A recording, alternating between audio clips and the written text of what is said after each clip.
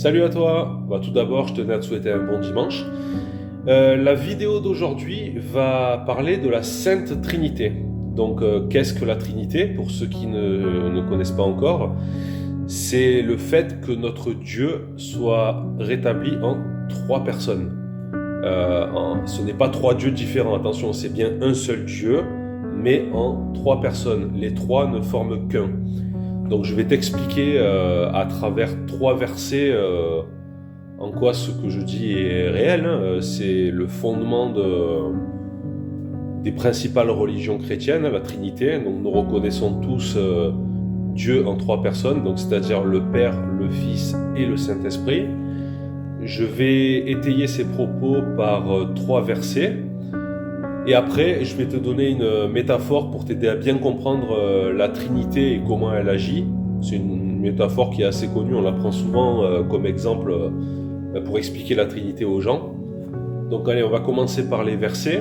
Donc dans Jean chapitre 1, verset 1, on nous dit « Au commencement était la parole, et la parole était avec Dieu, et la parole était Dieu. » Donc tu vois, on te dit, au commencement était la parole, et la parole était avec Dieu. Donc ça veut bien dire, il y a la parole, et il y a le Père à côté, il y a Dieu. Ils étaient ensemble, donc ça ne peut pas être là exactement la même personne, tu vois ce que je veux dire? Et la parole était Dieu. Ça veut bien dire ce que ça veut dire que donc la parole qui s'est ensuite faite chair, on va y venir, c'était le Christ.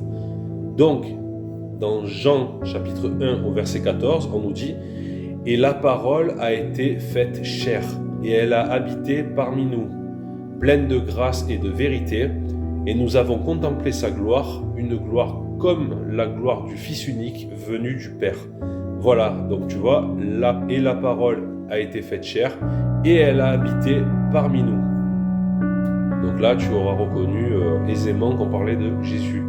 Donc là, tu vois, on te parle du Père et aussi du Fils. Voilà, ça c'est dans la Bible. On te montre qu'il y a bien deux personnes. Mais qu'en est-il de la troisième? Donc l'Esprit Saint, appelé aussi Saint-Esprit, c'est, comme le dit le Christ lui-même, le consolateur. C'est l'Esprit qui est venu juste après lui pour prendre le relais en fait. Le Christ nous a laissé, physiquement j'entends, hein, il a été crucifié, mais il a rassuré ses apôtres en leur disant de ne pas s'inquiéter, en gros en leur disant « Moi je m'en vais, mais vous ne serez pas tout seul. Il y aura l'Esprit Saint qui a la même mission en fait. Il est là pour nous aiguiller, nous protéger, c'est notre boussole en fait. L'Esprit Saint, c'est même grâce à lui qu'il y a des chrétiens en fait. Sans Esprit Saint, la Bible n'aurait pas été inspirée, ça a une importance capitale. Donc là, tu vois, je vais te donner un verset, du verset 16 au 17 de Jean chapitre 14, on nous dit « Et moi », donc c'est Jésus qui parle, « Et moi je prierai le Père, et il vous donnera un autre consolateur, afin qu'il demeure éternellement avec vous. L'Esprit de vérité que le monde ne peut recevoir, parce qu'il ne le voit point et ne le connaît point. Mais vous, vous le connaissez, car il demeure avec vous et il sera en vous. » Voilà, donc comme je l'avais dit dans une précédente vidéo, à partir du moment où tu prends connaissance des évangiles, donc de la parole de Dieu, et que tu les acceptes comme étant la vérité, tu reçois l'Esprit Saint. L'Esprit Saint prend le relais, en fait, c'est lui qui va te guider dans ta pratique. C'est lui qui va t'inspirer les bonnes choses que tu fais en tant que chrétien, les bonnes pensées, les bonnes paroles, en fait, ça vient de lui. Tout ça, en fait, t'es pas tout seul. C'est lui qui te guide au quotidien.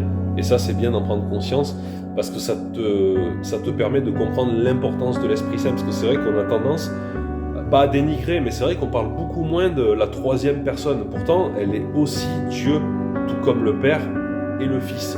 Elle est autant divine que les deux premières. Donc, il faut la respecter et ne surtout pas la négliger, de faire comme si elle n'existait pas, quoi. Donc je vais terminer cette vidéo en te parlant en revenant sur la Trinité. Donc pour aider à bien comprendre comment les choses s'enchaînent, donc on peut comparer la Sainte Trinité au Soleil. Alors le Soleil, donc en lui-même, il représente le Père. Voilà, le Soleil que tu vois, le Père. ce soleil, il t'apporte de la lumière. On est d'accord, la lumière, tu peux l'avoir, parce que sans la lumière, il ferait nuit, etc. Donc la lumière, elle vient de qui? Du soleil. Donc, la lumière du soleil représente le Fils. Elle fait partie du soleil, elle est émanée de lui, donc elle est indissociable. Elle est autant le soleil que le soleil lui-même, tu vois. Et la chaleur que produit le soleil, c'est le Saint-Esprit. La chaleur, tu peux pas la voir, on est d'accord, ça se voit pas de la chaleur. Mais par contre, tu la sens sur toi, il n'y a pas de problème. Elle était, quand tu meurs de chaud, tu la sens bien. Hein. Et ben voilà, là, ça peut être l'équivalence de l'Esprit Saint dans nos vies. L'Esprit Saint te fait ressentir sa présence à travers les pensées inspirantes que tu vas avoir. Il va te guider, il va t'orienter vers certaines lectures, etc. Toi, tu penses que l'idée, elle vient de toi, mais en fait, non, elle t'est inspirée par le Saint-Esprit. Eh ben, ce Saint-Esprit peut être comparé à la chaleur du soleil qu'on ne peut pas voir, mais qu'on sent vraiment sur nous. Voilà. Donc, j'espère que je t'aurai aidé à comprendre la Trinité.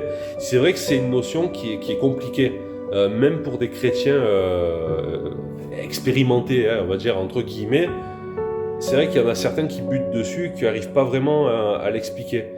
Alors, je dis pas que je suis un expert, mais bon, je pense que là, on a quand même bien fait le tour. Hein. S'il y a des choses qui manquent, je t'invite à le laisser en commentaire. Hein, parce que je suis pas infaillible, là, j'ai pu oublier de te parler de certaines choses.